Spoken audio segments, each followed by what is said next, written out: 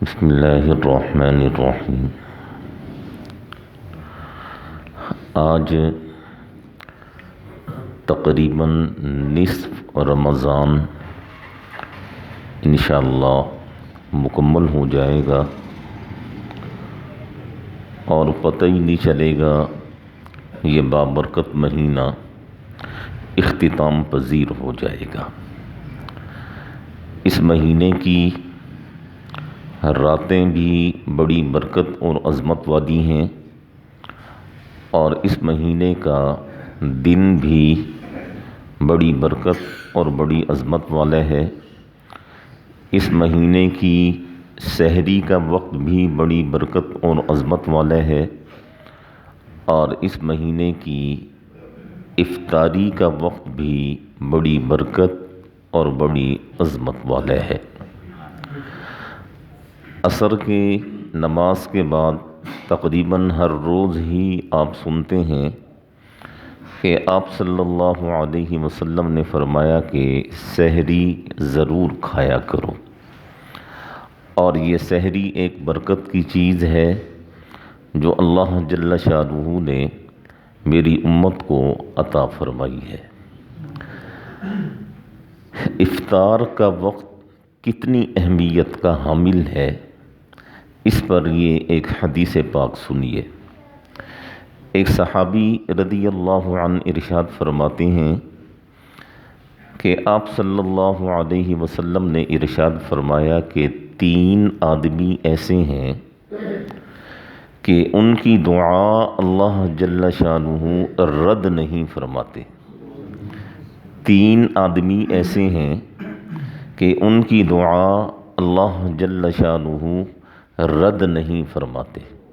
دیکھیں، ہم میں سے ہر انسان جب بھی دعا کے لیے ہاتھ اٹھاتا ہے اسی نیت کے ساتھ اٹھاتا ہے کہ ہم جو مانگ رہے ہیں وہ ہمیں ملے گا اور انشاءاللہ ہماری دعا قبول ہوگی۔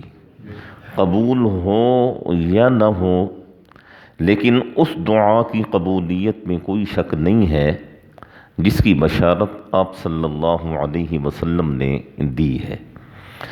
اور آپ صلی اللہ علیہ وسلم نے فرمایا کہ 3 آدمی ایسے ہیں وہ جب دعا کے لیے ہاتھ اٹھاتے ہیں تو اللہ جل شانہ ان کی دعا ضرور قبول فرماتے ہیں۔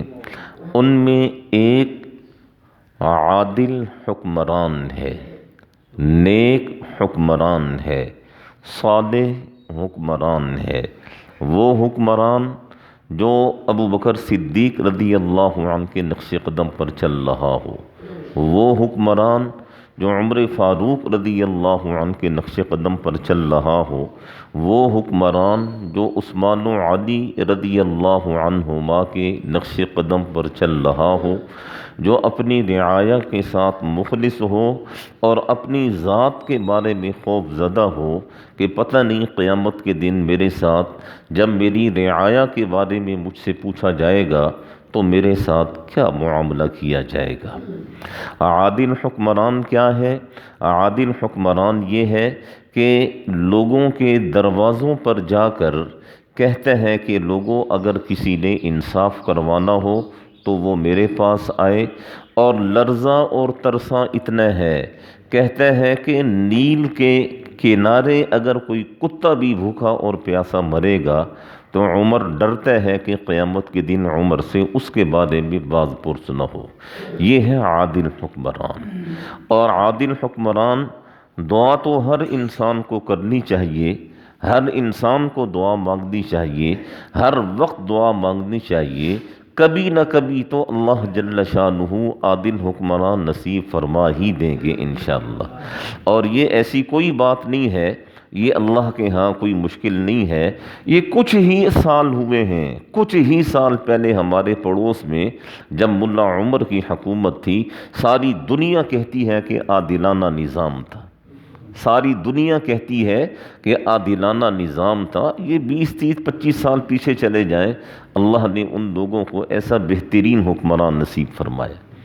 تو اگر ہم بھی مانگتے رہیں گے انشاءاللہ ہمیں بھی اللہ جل شانہ عادل نیک حکمران، عادل نیک صالح حکمران اللہ جل شانہ ہمیں بھی نصیب فرمائیں گے۔ اور عادل اور نیک حکمراں جب دعا کے لیے ہاتھ اٹھاتا ہے تو اللہ جل شانہ فرماتے ہیں کہ میں اس عادل حکمراں کی دعا کو بڑی جلدی قبول کرتا ہوں۔ صحابہ کرام نے عرض کیا اللہ کے رسول دوسرا کون آدمی ہے؟ آپ صلی اللہ علیہ وسلم نے فرمایا کہ دوسرا مظلوم ہے، جس پر کسی بھی قسم کا کسی بھی لحاظ سے ظلم کیا گیا ہو وہ مظلوم ہے، اور اللہ جل شانہ مظلوم کی دعا بڑی جلدی قبول فرماتے ہیں۔ ظلم یہ نہیں ہے کہ آپ کسی کی گردن اتار دیں، یا ظلم صرف یہ بھی نہیں ہے کہ آپ کسی کا بازو توڑ دیں، ظلم صرف یہ بھی نہیں ہے کہ آپ کسی کی ٹانگ توڑ دیں، یہ بھی ظلم ہے کہ آپ کسی کو حقیر جانیں، یہ بھی ظلم ہے کہ آپ کسی کا حق صحیح معنی میں ادا نہ کریں، یہ بھی ظلم ہے کہ آپ کسی کا حق دبا کر بیٹھ جائیں، یہ بھی ظلم ہے کہ آپ اپنے آپ کو اونچا اور دوسرے کو کمتر سمجھیں، یہ بھی ظلم ہے کہ آپ اپنے آپ کو اونچی ذات پات کا سمجھیں اور سامنے والے کو بالکل پاؤں کی جوتی کی برابر سمجھیں۔ یہ ساری چیزیں ظلم کے اندر آتی ہیں، اور جن کے ساتھ یہ ظلم کیا جاتا ہے اگر وہ اس چیز کو برداشت کرتے ہیں اور کسی سے شکوہ اور شکایت نہیں کرتے ہیں سوائے اپنے رب کے، تو اللہ جل شانہ فرماتے ہیں کہ یہ مظلوم جب میری طرف متوجہ ہوتا ہے اور یہ مجھ سے دعا مانگتا ہے، اس کی دعا آسمان کو چیر کر عرش کی اوپر پہنچتی ہے اور میں اس کی دعا کو فوراً قبول کرتا ہوں۔ دوسرا آدمی مظلوم جب اللہ جل شانہ کی بارگاہ میں دعا کرتا ہے۔ صحابہ کرام نے عرض کیا کہ اللہ کے رسول تیسرا کون آدمی ہے؟ تو آپ صلی اللہ علیہ وسلم نے فرمایا کہ تیسرا وہ روزے دار جو افطار کے وقت دعا کرتا ہے۔ یہ جو افطار کا وقت ہے نا، افطار کا وقت یہ بڑا قیمتی وقت ہے۔ اصل میں نا ہم لوگوں کی تربیت نہیں ہے، ہم لوگوں کے گھروں کا ماحول نہیں ہے۔ اگر آپ کسی بزرگ کے دسترخوان پر بیٹھیں، کسی مدرسے میں چلے جائیں، کسی استاد کے دسترخوان پر جا کر بیٹھیں، یا ان گھروں میں چلے جائیں جہاں ایک تربیت کا نظام ہے، افطار کے وقت میں آپ کو گھر میں کسی قسم کی کوئی حرکت نظر نہیں آئے گی۔ افطار سے 5-10 منٹ پہلے دسترخوان لگ جائے گا اور سکون کے ساتھ بیٹھ کر وہاں وہ پورے گھر والے بیٹھ کر اللہ جل شانہ کی بارگاہ میں گریہ زاری کرتے ہیں اور دعا مانگتے ہیں، اور اس نیت کے ساتھ مانگتے ہیں کہ افطار کے وقت کی گئی دعا اللہ جل شانہ اپنی بارگاہ میں قبول فرماتے ہیں۔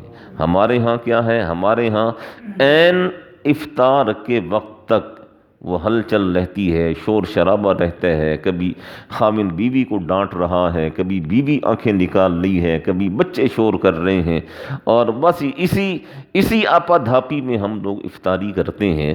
اور افطار کا ایک اہم ترین حصہ کہ افطاری سے پہلے دعا مانگنا، یہ دعا مانگنا ہم بھول جاتے ہیں، حالانکہ اللہ کے رسول صلی اللہ علیہ وسلم نے ارشاد فرمایا کہ افطار کے وقت جو انسان دعا مانگتا ہے اللہ جل شانہ اس کی دعا کو شرف قبولیت بخشتے ہیں، اور اللہ جل شانہ سے جو مانگتا ہے اللہ جل شانہ اپنی شان کے مطابق اس انسان کو عطا کرتے ہیں، اور اپنی شان کے مطابق اس انسان کو نوازتے ہیں۔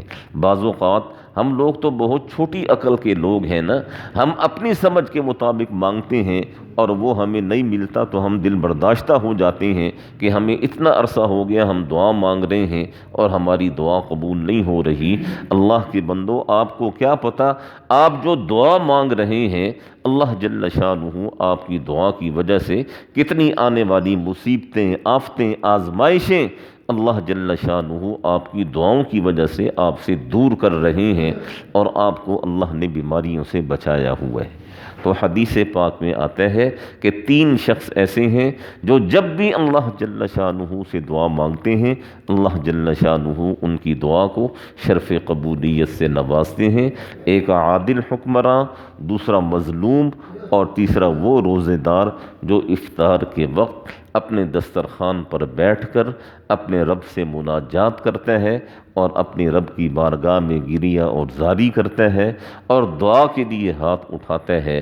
اللہ جل شانہ فرماتے ہیں مجھے میری عزت کی قسم، مجھے میرے جلال کی قسم کہ میں اس کی دعا کو ضرور قبول کرتا ہوں۔ دعا فرمائیں اللہ جل شانہ ہم سب کو ان سب چیزوں پر صحیح معنی میں عمل کرنے کی توفیق نصیب فرمائیں، اور افطار کے وقت خاص طور پر ہمیں دعا مانگنے کی توفیق نصیب فرمائیں۔